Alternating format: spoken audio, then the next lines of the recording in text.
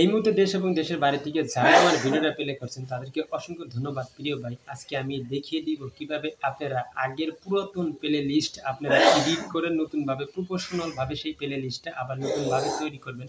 তো আজকে সেই কাজটি দেখিয়ে দিব, ভিডিওটা কোনোভাবে স্কিপ করবেন না প্রিয় ভাই। আমার স্ক্রিনের দিকে লক্ষ্য করুন, কাজটা দেখে যান।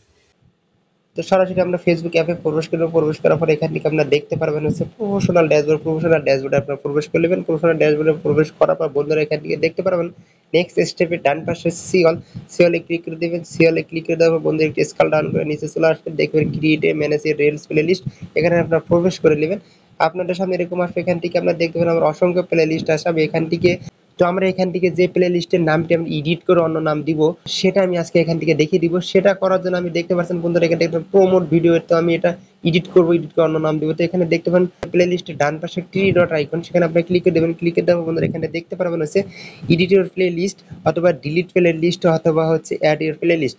তো যেহেতু আমি প্লে লিস্টটা এডিট করে অন্য নাম দেবো সেই জন্য আমি এডিট প্লে লিস্টে ক্লিক করে দেবো। ক্লিক করে দেওয়ার বন্ধুরা এখানে দেখতে পারবেন হচ্ছে প্লে লিস্টের নামের একটা বক্স চলে আসে, সে আপনার ক্লিক করে।